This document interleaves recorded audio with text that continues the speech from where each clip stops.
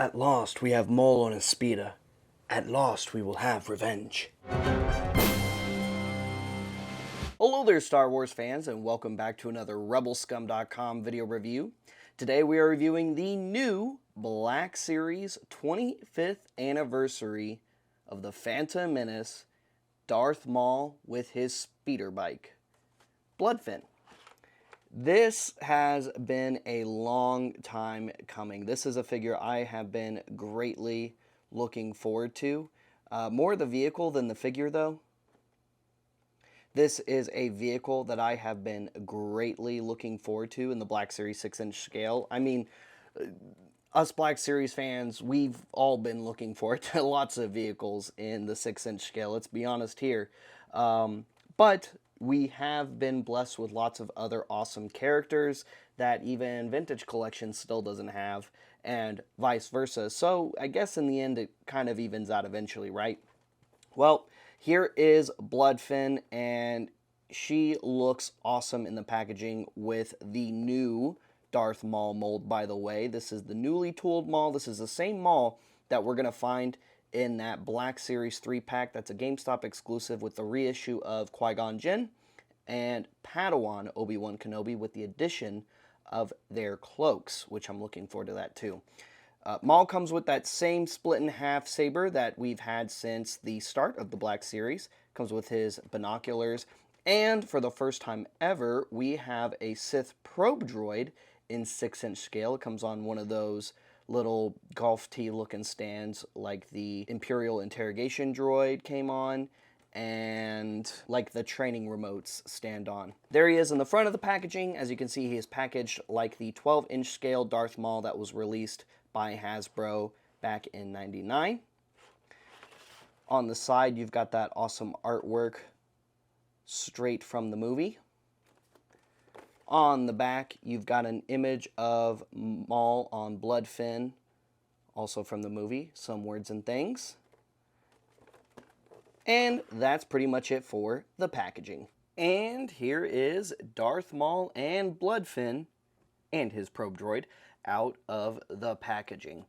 And on the bike, I mean, he displays so awesome. Being fully articulated, you can get really cool poses out of Maul. Of course, we'll be going over that articulation here in a little bit when we have him off the bike. But I love that his feet perfectly position onto the stirrups or pedals of the bike. You can see some detail there on that console. We'll get a better look at that here in a little bit too. You can have him wielding his saber. You can even have his saber plugged onto his belt while, move his arm out of the way, while he rides. A few moments later. Like so. And then you can have Maul riding on Bloodfin with two hands and his lightsaber on his belt. So if you want to position him this way, there you go, have him looking over, flashing his saber out just in case there's, you know, any thugs or bounty hunters looking for a fight while he's scoping out Mos Espa. And it's such a great sight with that probe droid right there next to him. Now, let's take a closer look at the speeder bike. It has really cool detail on its own. I like the staining here on it as well. You got some like sandblasted staining on the sides of it. A little bit of articulation on the handlebars there so we can pull it down as he's zipping past. Also, nice little detail here on the control console. Colored in buttons, that's very nice to see. You've got the green venting on the back of the engine there. You've got the stirrups here with a peg for his feet so you can secure his feet to it, which I really like. Really good detail on the lightsaber hilt. Little bit dark in tone. I wish it was a little bit more chrome looking like the comic pack Maul that we got. The hilt on the SDCC Maul is a new mold. Here is the old mold by comparison. So this was the hilt we got first, because I made a comment earlier saying I wish they just repainted it in the same color. Well, I was saying that probably assuming it was the same mold too, because I actually hadn't set them side by side. But the new mold is much thinner and actually fits on the new Maul even better than the hilt on the old Maul. Because on the old Maul, it would oftentimes get in the way, as you can see. So that is another improvement on the new release versus the old release. Nice cleaner update to his binoculars. And of course, you know I was excited about the little droid companion that came with him. However, the droid is just cast in solid black plastic. There wasn't really any paint detail on this little bad boy. And here is Darth Maul himself, loose, off the bike, out of the package, and I really like this new Darth Maul mold. This is definitely my #1 favorite Phantom Menace Maul figure at this point. Really great. I also love that he came with his little control band, the little bracelet that he uses to call out his Sith probe droids. It is removable, but it's nice that we got this little accessory this time. It also has a little bit of paint detail. There's some gold there on that side. There's some gold there on that side. And then Maul himself, of course, also comes with his outer robe. And this is one of those big improvements on this figure versus the original release figure right here, which had the soft rubbery plastic robes as a swappable head for the Maul, where you could swap out this head with the robes attached to it for the head with the spikes. It's all one now. If you want to put the hood on, just put the hood on. If you want to have him with the hood off, take the hood off. If you want to take the robes off, just take the robes off as well. Those slide right off of the figure itself, just right over the arms and the head.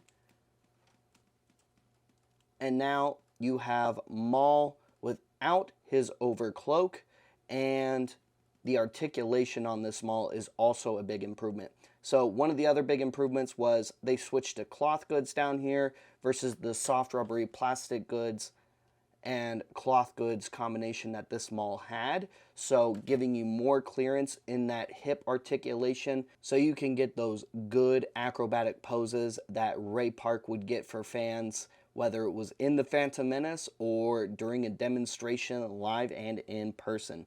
Articulation-wise, head is on a ball joint. Neck is also on a ball joint within the torso there. Fully articulated shoulders, butterfly joints, elbows, full elbow joints, swivel there just at the top of the glove, wrist joints, waist, hips, really, really good hips. Upper thigh, really close to the hip joint. Those deep, deep new knee joints. Swivel just there at the top of the boot, ankle joints, and the other thing I like about this Maul versus the other Maul, he can actually stand up straight. He's not wide or bow-legged like the first Maul was, which, again, not that I don't like the original Maul figure, and it's not like he's that bow-legged, but getting him to stand was a little bit difficult at times, and that carried over to the comic pack Maul since they used the same legs. But the new tooled Maul is such an improvement. Make sure you check Hasbro Pulse for any leftover SDCC Mauls on his speeder bike. If you're just looking forward to this Maul figure in particular, and maybe you don't have Qui-Gon and Obi-Wan, pre-order that 3-pack from GameStop that comes with this new Darth Maul, Obi-Wan Kenobi, and Qui-Gon Jinn from the Phantom Menace. Guys, thank you so much for tuning into today's review featuring the new San Diego Comic-Con 2024 exclusive Black Series Darth Maul on Bloodfin.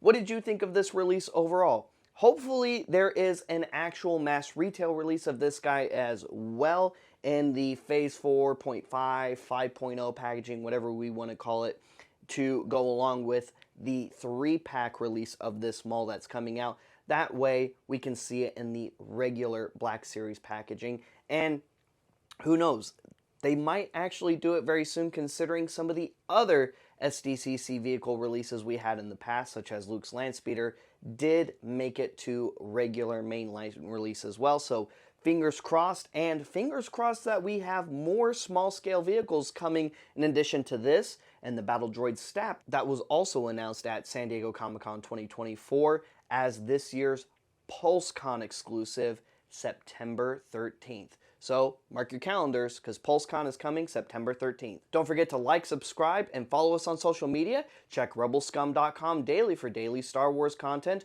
Go to Rebel Scum Conventions with an S for any future RSC content, as well as planning your next RSC. Go to cooltoyreview.com for all kinds of cool non-Star Wars toy news, reviews, and more. And go to collectorsoracle.com and don't forget to mark your figures so you can keep track of your collection like a pro. We'll see you guys later. We'll see you another time. May the Force be with all of you, you Rebel Scum.